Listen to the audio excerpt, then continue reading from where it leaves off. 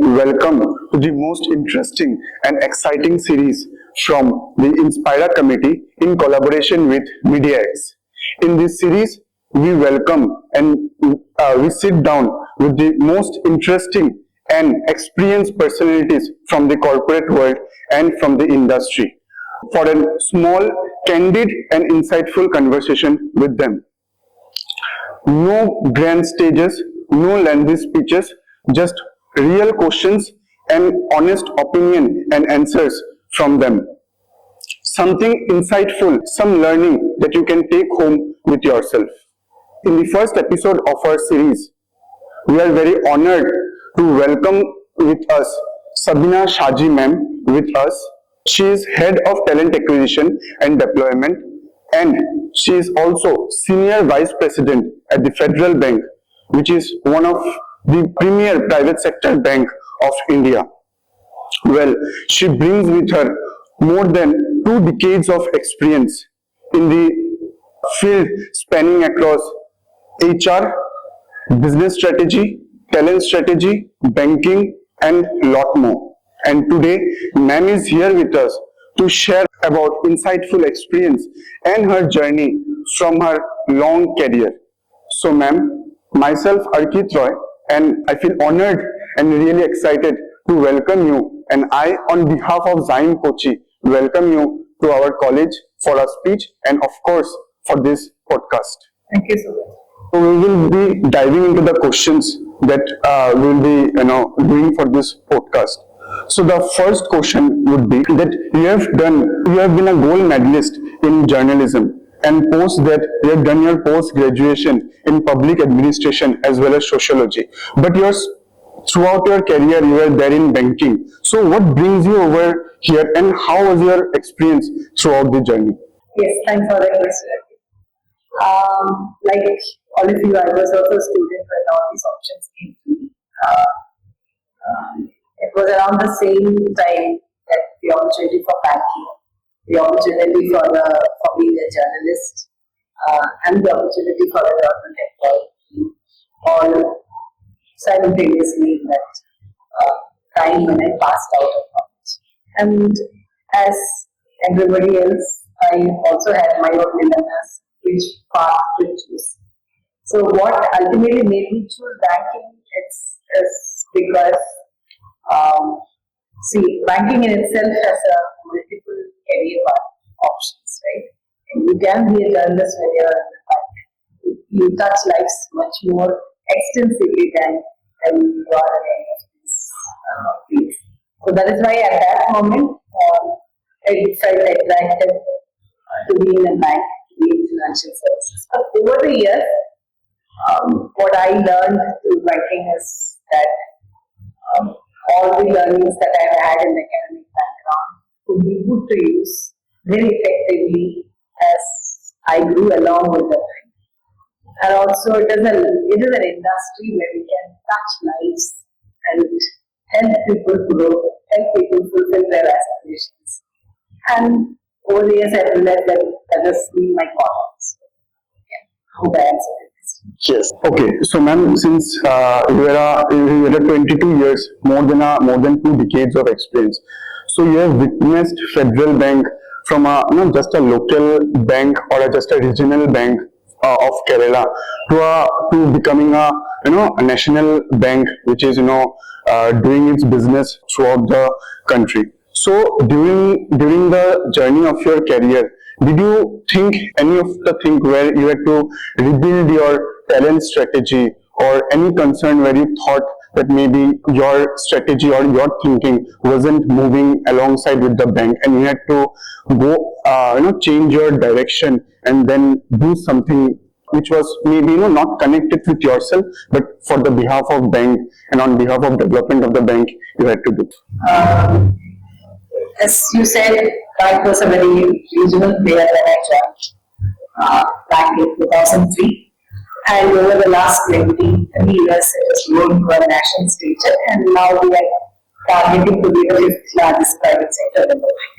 A lot of things have changed over the years, and I was very excited to be part of that journey, and have had the fortune to work with many visionary leaders who were institution builders, and have had great learnings for life throughout the career. So that I consider as one of my fortunate aspects of being a banker, that I have never had to look back or think twice why I had to choose banking, whether the other career options would have been better.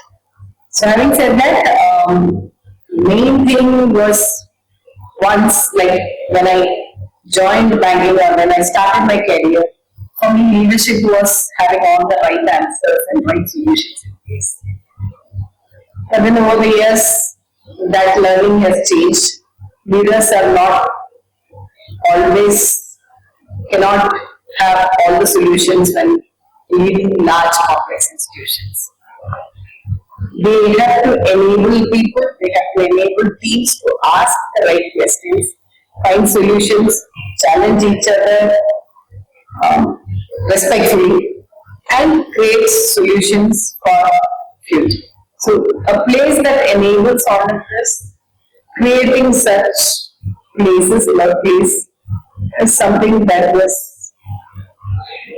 exciting in the journey. So ma'am, thank you as you have given such insightful learnings from your career. So ma'am, the next question would be like, as we can see in the current scenario that AI has been booming a lot, and as we can hear a lot that AI will take up all the jobs, and there would be no jobs for for human being. So as a person who is into the talent acquisition and strategy of hiring people and managing people, so how do you think that point is relevant in today's culture? And at the same time, how do you think that student need to evolve themselves, or what extra things the student need to build with themselves to cope up with this type of present era, because it is new for the companies as well as for the students, and from both the perspective there are advantages and disadvantages. So how do you tackle this from your point of view? The AI question is one of the things that we hear very often, especially when we are in talent field. See, we used to hear that in our times, if you ask your faculty members, they would say, when computers came, there was a big threat that we will not have jobs anymore. Yes. Nothing changed. Jobs really increased. Yes. Then when internet came, there was another. So it is always there, right from industrialization and industrial era, the internet era, now the intelligence era, we call it. So the banking will change. How we act or how we transact will change. But the need for financial services will remain. Yes. So it is a human AI continuum that will go on, and those who, for students who adapt fast to this change, nobody can predict what jobs will look like 10 years Down the from line. now. Yes. Right? So it is an evolving scenario. Those who are agile enough, those who are adaptable enough Will survive. to understand this changes and learn fast before the world forces you to change. Future belongs to them. So AI complements human. It is not a competitor to, at least in financial services, it is not a competitor to human ability, human judgment, human critical thinking. All that is required even in future. AI cannot replace it. It will complement human ability, and it will be increasing the efficiency of how we work, how we define workplaces, how we design workplaces and all. But ultimately, wherever human judgment is required, wherever human critical thinking is required, human decision making is required, that will remain with humans, and that is where students like you have to equip yourself to be able to work complementary with AI and create more value wherever you are in the campus. That's my take. Okay, so ma'am, you had lot of, I'm very sure that you had lot of ups and downs in this 22 years of your journey into the corporate world. So, standing today after this 22 years of long journey, what would be your one takeaway or one line of advice for students like us who are just, starting their career, or who are just planning to start their career now? And like from today's perspective, today's criteria, that how those things are. Just one line of advice. So I'll leave that with the acronym that I've kept for the talk, DFSI. So the advice, if at all any, I don't want to sound like a modern science lecture to you, because you're smarter than all of us. So be curious around what is happening. Your curiosity is the key to what you're going to learn. For F, find solutions to problems that are real life problems. There are many.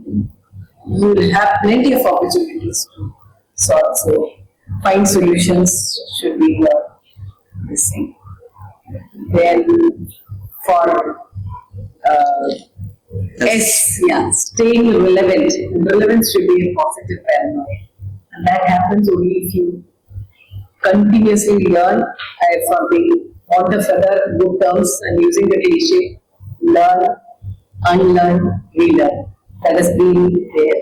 And for staying relevant, there is no shortcut but to keep yourself continuously a learner for life. And inspire trust. That is something that will carry through your life. Okay. So that brings to the conclusion of our first episode of this most exciting and interesting series.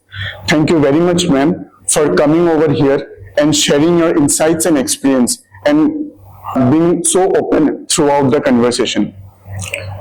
So, if you want more such conversation, more such insights from such industry experts and industry leaders, follow our page, follow our journey throughout the time, so that we can bring more and more people like ma'am, and at the same time bring more and more insightful experiences and learnings that you can take home with yourself.